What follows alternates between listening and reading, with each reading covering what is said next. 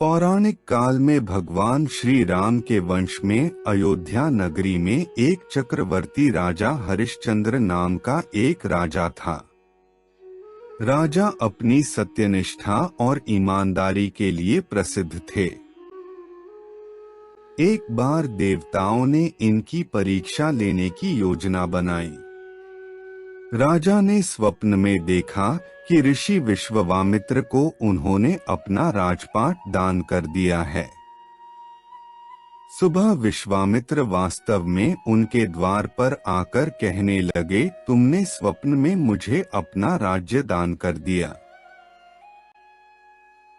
राजा ने सत्यनिष्ठ व्रत का पालन करते हुए संपूर्ण राज्य विश्वामित्र को सौंप दिया।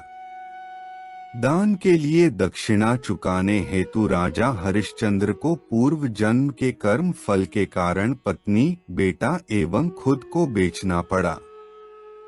हरिश्चंद्र को एक डोम ने खरीद लिया जो श्मशान भूमि में लोगों के दाह संस्कारा का काम करवाता था। स्वयं वह एक चांडाल का दास बन गया। उसने उस चांडाल के यहाँ कफन लेने का काम किया, किंतु उसने इस आपत्ति के काम में भी सत्य का साथ नहीं छोड़ा। जब इसी प्रकार उसे कई वर्ष बीत गए तो उसे अपने इस नीच कर्म पर बड़ा दुख हुआ और वह इससे मुक्त होने का उपाय खोजने लगा।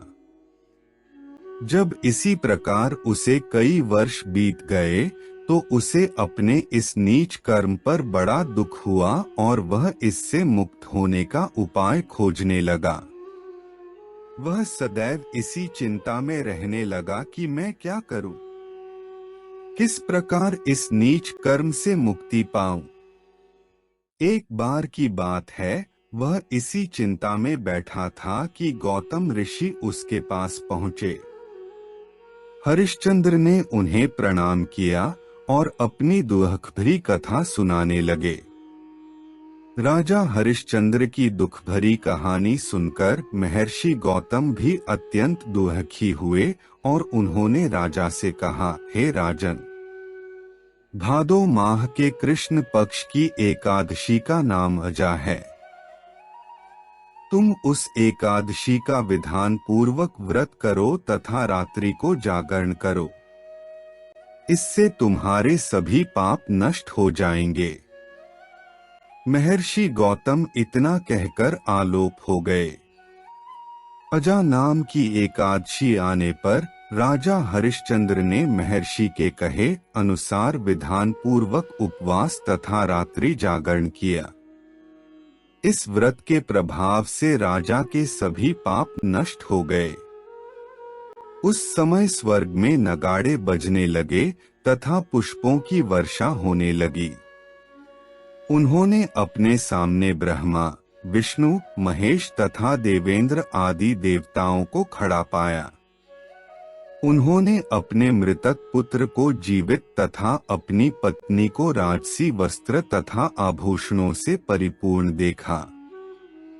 व्रत के प्रभाव से राजा को पुनः अपने राज्य की प्राप्ति हुई। वास्तव में एक ऋषि ने राजा की परीक्षा लेने के लिए यह सब कौतुक किया था, परंतु अजा एकादशी के व्रत के प्रभाव से ऋषि द्वारा रची गई सारी माया समाप्त हो गई और अंत समय में हरिश्चंद्र अपने परिवार सहित स्वर्ग लोक को गया। हे राजन, यह सब अजा एकादशी के व्रत का प्रभाव था।